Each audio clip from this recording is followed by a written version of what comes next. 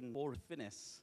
So I very much look forward to listening to him on Esperanto in a Glocal world, language, democracy, and globalization. And I'm sure he'll speak to us about the interplay between language, power, intellectual dialogue, and Esperanto. Just before this seminar began, I was talking to him, and I said that, somehow people have begun to associate me with fuzziness. And I said, tell me something. Is Esperanto fuzzy or is it cut and dried? And he said, it's both. So we really look forward to listening to you and trying to understand how Esperanto is both fuzzy as well as cut and dried. Thank you. Thanks. This is largely an introduction to the phenomenon Esperanto, and the larger issues delineated in the subtitle, Language, Democracy, and Globalization. We will touch upon them, and hopefully a conversation will ensue after I have presented what seems to me to be quite an exciting project, exciting phenomenon, Esperanto, for us here at Azim Premji University specifically. Two quick slides on what it is. A planned language for international communication, if someone were to ask you what Esperanto, why. Its basic claim is that it is easy to learn, as I will try and demonstrate later in the talk. And what else? Well, one more important thing, namely that it is not the cultural property of any group, any ethnic group. It is in some sense a common resource for humanity, arising from similar impulses that came out of universalism that come out of the late 19th century. A quick everyday Esperanto, how does it sound? Mia nomo estas Giri. Mi estas en Bangalore. Bangalore estas la chef urbo de Karnataka. Karnataka estas en Suda Barato, India, Bharat. Barato estas granda lando en la continento Azio. Notice the predominance of O, nomo, chef urbo, lando. Nouns, all nouns in this language end in O. All. If they're not, unless they're not assimilated, as Karnataka, for example, is not. Bengaluru, however, is. All adjectives similarly end in A, granda lando. There is this regularity to the language. All adverbs end in E. Estas, es ending is a present tense ending. Estis is past tense, and estos is future tense. And that applies to all verbs. Dormis, dormas, dormos. Manjis, manjas, manjos. Yeah? A regularity that makes it easy to learn. In contrast, ethnic languages, as the Esperantists call them, because they are associated with ethnic groups, countries, peoples, communities, French, English, Chinese, Telugu, Tamil, they take far too long to learn, as we well know. Besides, there is the issue of linguistic democracy, being forced to master another's language, forced, not out of will, but we have to do it for livelihood reasons or whatever, is unfair. It gives an unfair advantage to some groups. We will come back to this point later in the field, in the talk. Esperanto, on the other hand, is more of a linguistically even playing field. So this is the second reason why Esperanto is being presented. It's easy, it's open source in the sense of not being proprietary to any culture, and democratic in the sense of being available not just elites who have the resources, but pretty much anyone. As it turns out, it helps in learning other languages as well, faster. So there is an instrumentality there. Promotes global citizenship, opens your windows, doors, minds, windows. And it's, interestingly enough, could be, in the long run, a tool for peace building. Here is an example. One of the books here on the table is this Historio por malfermi estontetson, a history to open a future. Historians in China, Japan, and Korea have written a textbook, a high school textbook, in their respective languages, an achievement in itself, considering the bloody history of that region. And Esperantists in these countries have got together to put together an Esperanto translation of it, making dialogue at a different plane quite possible. So as an example of South-South conversations which do not rely on English, I would like to present this.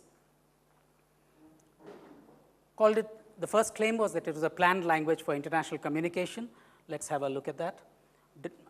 Introduced or designed by this man Zamenhof, Z-A-M-E-N-H-O-F, an ophthalmologist in Warsaw, 1859 to 1917, born the year The Origin of Species is published, and dies during the World War I, among the most bloody period of modern history. So dies a disappointed man for someone who had worked for peace so long. To have to see World War I was hard. He himself spoke Russian, German, and Polish fluently, Yiddish, French, Hebrew, Greek, Latin, and English less well. Some knowledge of Spanish, Lithuanian, and Volapük. Presents his ideas in the first book, La Unua Libro, in July 1887. That's traditionally the day on which the World Esperanto Congress, the World Congress of Esperanto begins as well, hence I have actually specified the date. Wrote himself some original poetry, translated the Old Testament, Hamlet, Goethe, Heine, Schiller, and Gogol. I mentioned Volapük in the previous slide. This was a predecessor, another planned language started by the priest Schleyer. So Esperanto was certainly not the first project of designing a world language. Over 1,000 such projects exist through history, through human history. It is a topic that has occupied many. Here is a list of planned languages starting with the letter A, just the letter A. They start from Awanian to Ace, if that's how they are pronounced.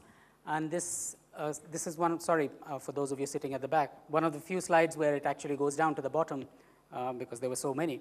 This is taken from the Esperanto Wikipedia. Esperanto, as it happens, has become over this last century a repository for historical documentation, archiving of such material on planned languages throughout the world, since it is the most successful of those planned languages. I have said that it is easy to learn. What do I mean by that? Here we go. Here is a list of 6 words: chavalo, chavalino, chavalido, chavalidino, chavaleyo, and chavala. Notice, of course, that the first ends in O, hence must be a noun. The last ends in 6th ends in A, therefore must be an adjective. And for the rest, it takes just this root word chaval and combines it with various suffixes, various affixes. In is the suffix for femininity. So elefantino, I wouldn't need to give you a different word for it. Bovino, bovo, ox, bovino. Chavalido, baby, a foal or colt. Yeah, so hundido, puppy. Elefantido, baby elephant. You don't have a whole bunch of people asking 2-year-olds, what is the child, baby dog ko kya bolte hain beta? Puppy. Kitten. Kangaroos, baby? Joey. Yeah, all that doesn't happen, it's just one. The J in Esperanto is pronounced like the German J, which is Y. So chavaleyo, place of. Notice how efficient this word formation strategy is. If I were to claim to know the word family for horse in English, I would need horse, stallion, mare, foal, colt, filly, stable, horse-like, and equine. Yeah, 9 words with 9 spellings and 9 etymologies, 9 different reasons for a nightmare. Yeah. On the other hand, this makes that job much, much easier. Some more suffixes to give you a sense, flavor of the language. Arbo, tree. Arbaro, collective. Ar is the collective. Arbaro would become forest. Vorto, word. Vortaro, dictionary. Homo, person. Homaro, humanity. Scribi is to write. Aj is something concrete, tangible. So scribajo is a written piece, whatever, some writing. Il is a tool. Scribilo is a pen. Scribilaro, you can combine the 2 suffixes. and you get a stationery, a bunch of things to write with. Yeah. A, remember Chevaleio? A is a place. So scribeio would be a writing room, a room where one writes. Scribileio, on the other hand, would be a place where one keeps the eloi, the tools with one writes with. Ist is a professional. Scribisto would be a scribe. Scribilisto, one who professionally makes or sells pens. And scribilaristo, a stationery producer or seller. Yeah? So a lot more depends here on being able to analyze the word rather than on memory. Yeah? Because the suffixes are a finite 22 or so, easy to handle. An interesting consequence of this is that chavalino is female, elefantino is female elephant, and so on. So in becomes a word in itself. Put an O after it, and it becomes female. Similarly, ido becomes a child. Aro is the mathematical, the word for the mathematical set in Esperanto. Ilo is a tool, ao is a place, and then you can combine even more creatively the two into a compound themselves. So inismo is the standard word for feminism, as in Hinduismo, Cristianismo. Ilaro is similarly a toolkit. So it's a highly productive derivational morphology, extensively, intensively agglutinating. One consequence of that is that the dictionary that I have there, the John Wells dictionary, for it's a bidirectional dictionary. Half of it is in Esperanto headwords and half of it is in English. The headwords in Esperanto are 10,000. The ones in English have to be 22,000 to accommodate the same numbers. So it's highly efficient. I've said that all these other ethnic languages, all our normal languages, including the English I'm speaking, take a long time to learn. Esperanto makes this claim of being much shorter. Just how short? Well, here you are. Alliance Française and the Goethe Zentrum, Max Müller Bhavan here, say 100 to 200 hours of classes for basic A1 level of their languages. Basic Esperanto, 40 hours maximum. I've just had 11 classes with Ajita here, and I think we're doing fine. Yeah? 11, that's all. 1 hour classes. School English, well, do the math. 5 hours of English on average in an English medium school, 200 days, 1,000 hours per year. LKG through 10th gives 13,000 hours of investment into English, and we know the results. Yeah. How many people speak it? No clear world census, but 100,000 is a guesstimate, out of which 3 are in this room. A factoid worth noting is that there are many small languages out there. The median number of speakers of the world's languages is just 7,000, while the mean is skewed by a few huge languages. It is 886,000. So median is a far better indicator of telling us that there's a vast number of small languages out there. The biggest Esperanto association worldwide is the Universala Esperanto Asocio in Rotterdam in the Netherlands. Has about 18,000 members in 110 countries. One of the previous presidents was my mentor, Prabal Dasgupta, one of whose books is there. He was in Hyderabad then when I learned Esperanto over there. About 200 families where Esperanto is one of the home languages. Quebecois man meets a Croatian woman in a Esperanto Congress in Tel Aviv. They fall in love, start a family in Budapest. One of their languages is Esperanto as a result, apart from their own languages. 150 to 200 books every year published, not bad for a small language. Some of them are there, some music as well, jazz in Esperanto. The Esperanto Wikipedia is fairly active, 203,000 articles, more than Hindi or Telugu or Kannada. A World Congress has been held every year except for the war years, World War II and World I. 99th World Congress, the last year was held in was held in Bonaire, Buenos Aires in Argentina. The 100th next year in July 2015 is in Lille in France. Of course, there are flourishing online communities on Facebook, Twitter, and Hypernity. Hypernity, in fact, was persuaded by some Esperantists to have an interface entirely in Esperanto, so it became one of the places where lots of Esperantists gathered. I have a blog on that, for example. Asterix too, yeah, at the Olympic Games in Esperanto, as a sample of what is possible. Verbal humor, as you know, is difficult to translate, and so that it's a proxy for what the language has managed to do. It is not the cultural property of any nation or group. One indicator of that is this manifesto, La Praga Manifesto, which was declared in 1996 in the Congress in Prague. It has 7 such ideas which are widely shared by the Esperanto community. The first is, of course, linguistic democracy, the idea that having to speak somebody else's language is an asymmetrical situation of power that leads to a fundamental lack of democracy. This is so important and so prevalent that let me say it again, but in Hindi. आज की भाषा प्रणाली कुछ इस तरह की है कि कुछ लोगों को जन्म से फ़ायदा पहुंचाती है और बाकियों से ये चाहती है कि वो सालों भर की कोशिश करें, वर्षों भर का प्रयास करें और वो भी एक मामूली काबिलियत हासिल करने के लिए, एक साधारण योग्यता प्राप्त करने के लिए। ऐसी भाषा प्रणाली तो बुनियादी तौर पर अलोकतांत्रिक है. It is fundamentally undemocratic.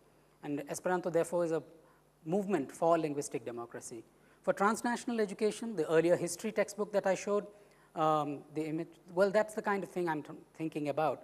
The fact that you grow up with a much larger horizon of possibilities and dialogue, which does not go through a certain elite formation necessarily, a Hindi, an English or a Spanish. Pedagogical efficiency, well, it is much easier to learn, and there are studies to show that some Esperanto and then learning a foreign language makes the foreign language learning much faster. In large-scale studies have shown that. There's a project ongoing for the last 5 or 6 years in the UK and in Hungary of schools teaching each other's languages with Esperanto as a preparatory language. So the so-called propedeutic effect of Esperanto turns out that it has repeatedly led to better results in foreign language learning.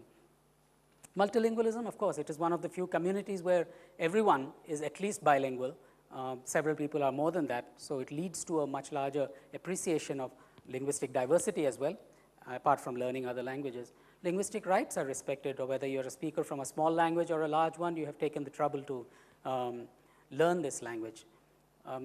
And eventually, if you think of languages as both enabling and limiting all our languages, which open some doors and yet form barriers between people, well, here is a project for human emancipation, a dream of possibility of communication across barriers. Where does one learn Esperanto? Well, one of the best places probably is lernu.net, which has free courses in Esperanto in over 41 languages. Let me conclude with a small snippet of the flavor of listening to Esperanto, the famous Sonnet 18 by Shakespeare. Shall I compare thee to a summer's day? Thou art more lovely and more temperate. Rough winds do shake the darling buds of May, and summer's lease hath all too short a date. Sometime too hot the eye of heaven shines, and oft is his gold complexion dimmed, and every fair from fair sometime declines, by chance or nature's changing course untrimmed.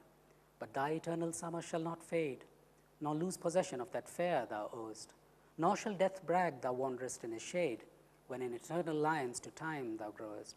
So long as men can breathe or eyes can see, so long lives this, and this gives life to thee. This has been translated at least twice into Esperanto. William Wald has translated it, and this is translation by Reto Rossetti, an Italian-born Esperantist who's lived in the United Kingdom. Ciu mi comparu vin al tag somera, vi estas ja pli bela kai serena, mai floroin ofte vipas vent severa, kai tro maldauras la somero bena. Ien brulas la oculo del cielo, ien vualigas gia vido ora, kai iam senbeligas ciu belo, la vui natura au profat rigora. Sed iam ne velcos via plen somero, but thy eternal summer shall not fade. Sed iam ne velcos via plen somero, nec declinijos del bellezzo nuna, la morto vin ne tenos cun fiero, se vin la vers eterna gardas iuna. Dum homo spiros, cae oculoi vidos, vivante and vivanta vers visidos. Thank you.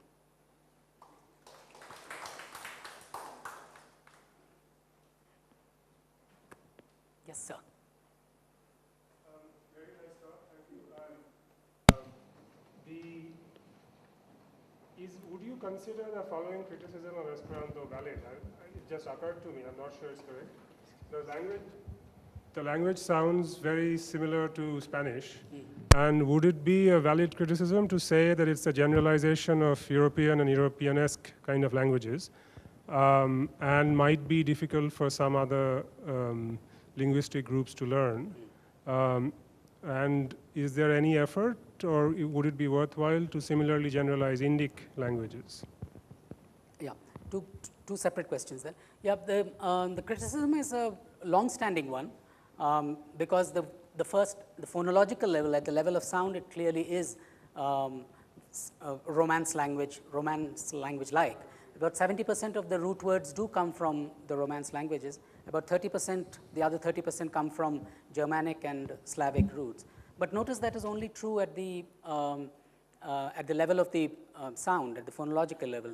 At the morphological level, where it becomes words, they become words, the system of root words and suffixes, or root words and affixes, is not a property or an advantage for Romance language speakers alone. So very rapidly, while Romance language speakers can recognize the root words, their advantage as speakers of Esperanto is certainly not disproportionately large after a certain level of learning Esperanto. In some sense, because the language has been able to be a language for translation and original writing as well, its level of complexity has become comparable to other languages.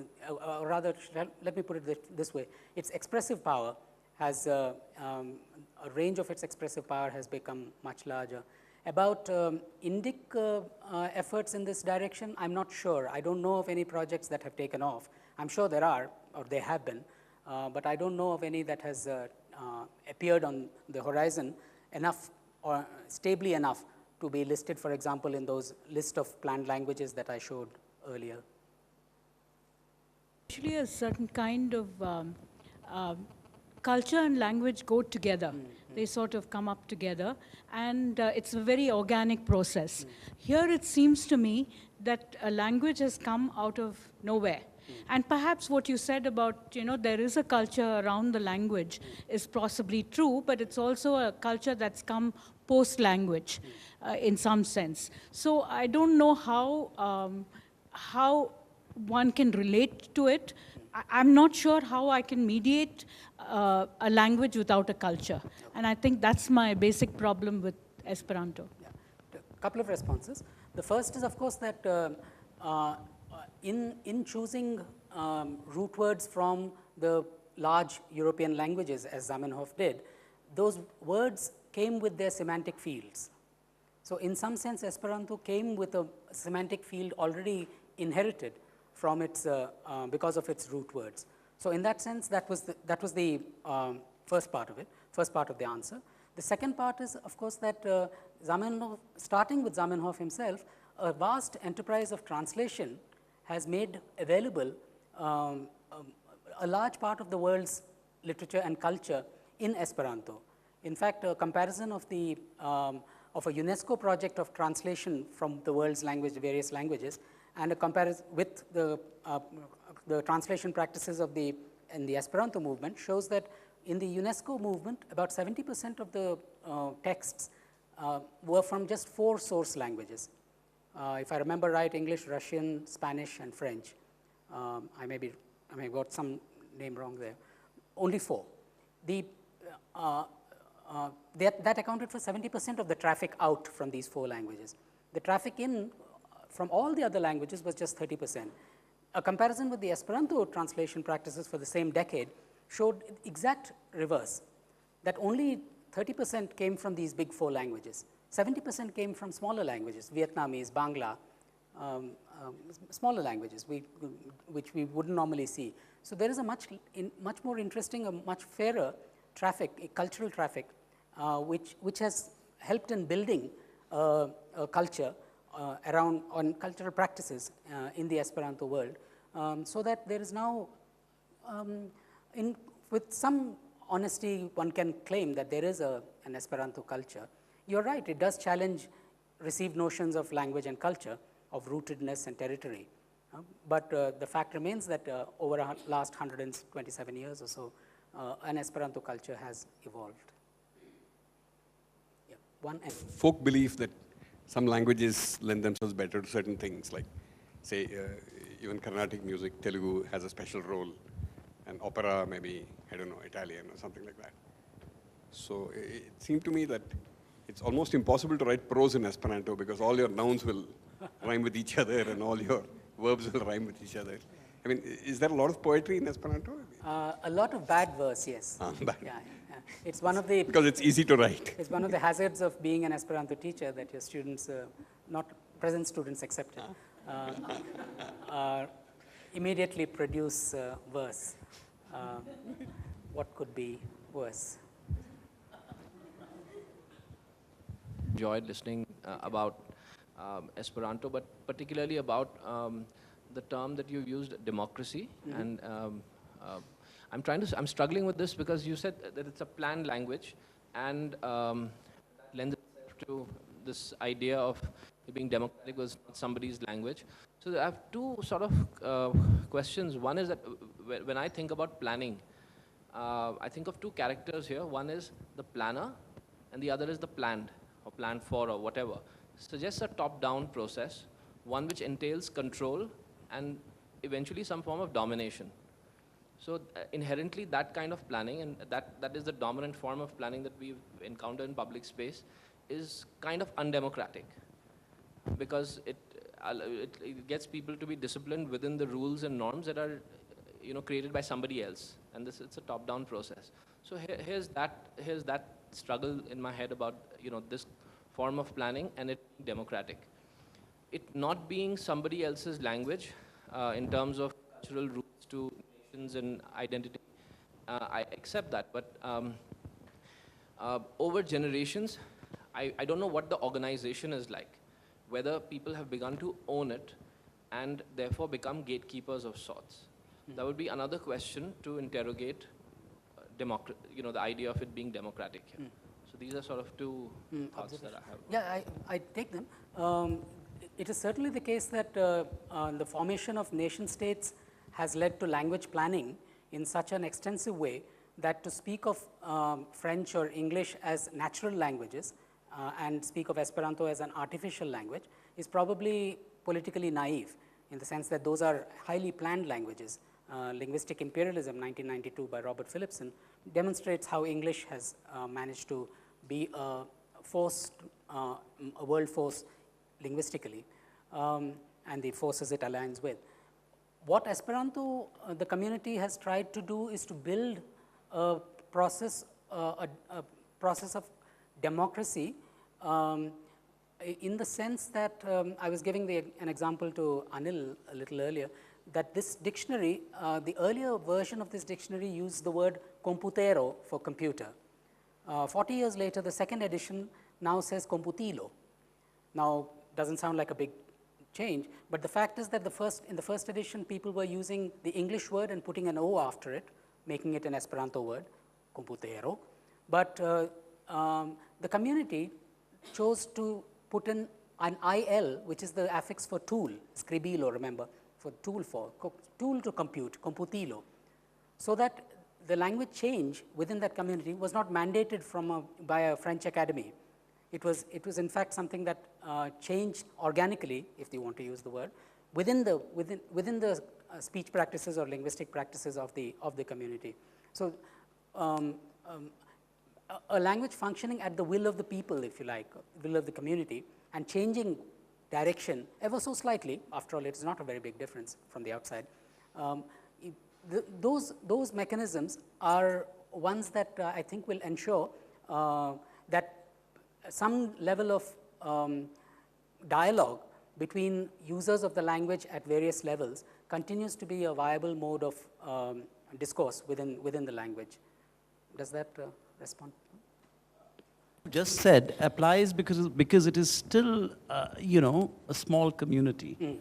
I might even use the phrase well-knit. It's not exactly face-to-face, but it is still a small community. And therefore, decisions can be taken from below, as it were. But if the logic of Esperanto, of the creation of Esperanto, were to be followed, it would become a large community.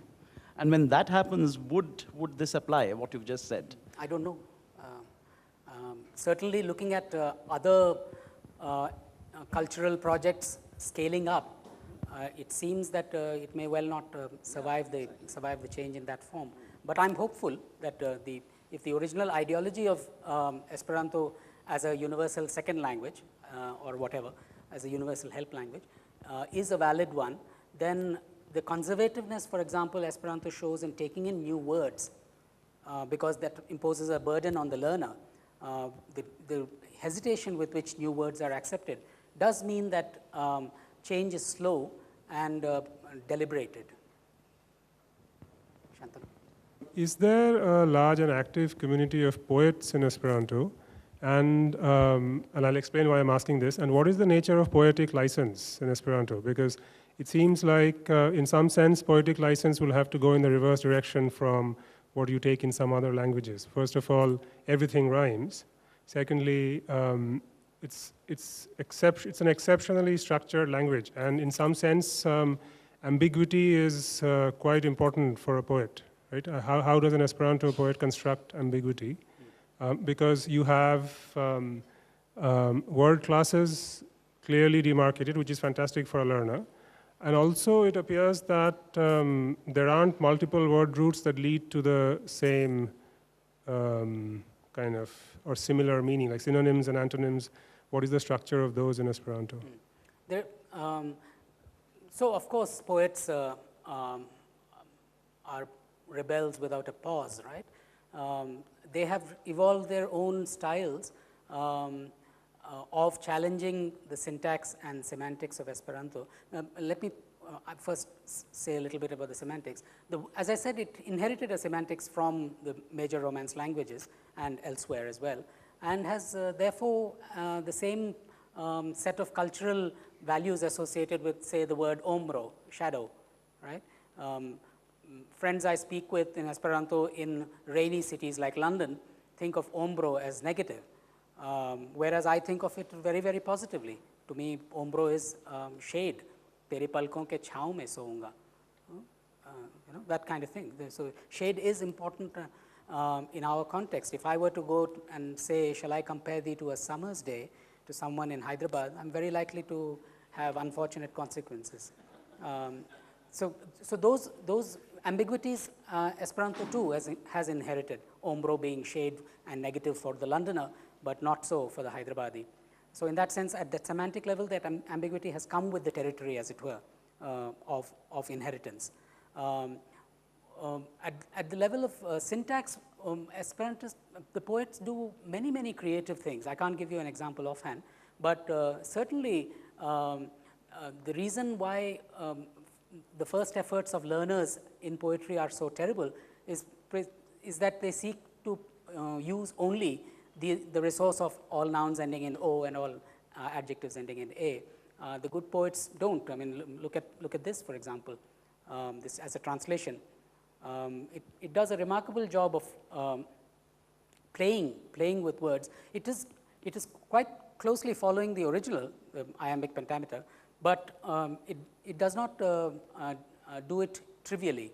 It does not. It's not simply using that rhyme. So poets have found various ways of challenging the givens of a language, and they have had to find space to do new things. The Icelandic poet Baldur Ragnarsson spoke of how Esperanto, in fact, offers him a distance from Icelandic in a way that allows him to explore matters which he would find difficult in Icelandic, which was an interesting remark to make in Rotterdam in 2008. So the poets have found their ways of expression within the constraints posed by, or challenges posed by the structure. So it can cut both ways. It's not. I think so. It seems to do so. There is a lot of beautiful poetry out there. One of the books there is a literary magazine that comes out of New York called Belletra Almanaco, full of original poetry and translated prose, translated writings. My translation of Manto is in there, for example. Esperanto be somebody's first language or would it always be a second language for most users? And how does that impact the language of Esperanto itself? Because there is a certain kind of passion and a certain kind of cultural rootedness and ownership that one has over one's first language. So it could work both ways. It depends on whether there are first language users of Esperanto or not. Over the last 120 years, as I said, Esperanto has been the home language of a few hundred families throughout the world. There are now some families with fourth generation Esperanto speakers for whom Esperanto was the first home language, apart from, say, Italian or whatever. So certainly there are. The interesting sociolinguistic fact, however, is that these speakers of Esperanto are not considered native speaker, do not have the same native speaker privileges that native speakers in other languages routinely do. They are, for instance, not asked what their intuition of the language is by linguists investigating Esperanto. Unlike in, say, Hindi or whatever, you would go to a native speaker and say, how does this sound to you? Does it ring right? Is there a problem? Similar things that don't happen for some reason in the Esperanto community. The mark of competence in Esperanto is not native speakers. And that is another challenge that Esperanto has posed to traditional views about native speakers and their control of the language. So since that hasn't happened, I'm not sure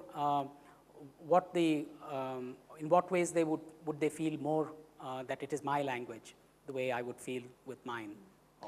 On the other hand, the fact that the native speakers don't have a special status in the language does allow for a greater democracy. Because constantly, if you look at English or look at the fact that we all sort of wanted to follow received pronunciation, RP, and so on, the hegemony within the language, even in terms of dialects, went back to the native speaker. True. In that sense, I would say possibly this helps to make it more democratic. Good point. Yeah, possibly. Yep. But more intervention from what you were saying. In addition to what you said, within linguistic research methodology, in recent times, post Noam Chomsky intervention, the very notion of native speaker underwent a change and became a little less anthropogenic or ethnographic or belonging to a particular region or cultural group. As in the way Chomsky would define linguistic competence in a language X would be very different from saying that someone who pronounces English with received pronunciation would be my informant because he would be the native speaker. So if I am following syntactic investigation in a Chomskyan fashion, I am not going to merely, so for example, if I'm working on Sadri, I will not be compelled to go to Jharkhand and find out native speakers in Dumka, but I would have done my fieldwork somewhere else with the same amount of rigor. And so within linguistics, research methodology discussions itself, the concept of native speaker has undergone some changes. Yes, certainly for macro languages like Hindustani or English, the notion of the native speaker is quite a interestingly problematic one. Quite right. Owning of language comes in certain generations, then do you see then the tendency of acting out as gatekeepers? There was something to that extent that he was asking, which you missed. Yeah, I think that was it was followed up by Anil's remark of that how does one keep it from becoming another hierarchical structure, power imbued structure, if it scales up. I don't know. We will have to wait and see. I'm hoping that the mechanisms within and the commitment towards dialogue that are an ideological component of Esperanto will prove to be spaces of resistance for such structures to build, but I don't know. Such a long history of Esperanto, are there any Creole versions of it or any Are there any? Creole versions of the language or any place where there was locally appropriated and culturally specific words came in? Every single place where there is a density of Esperanto speakers eventually develops words and phrases and expressions which derive from the local environment, which will not be maybe understood in Rotterdam, perhaps the World Esperanto, or not understood, but would be looked at a little strangely. So yes, certainly Japanese Esperantists have developed an occasional phrase or term.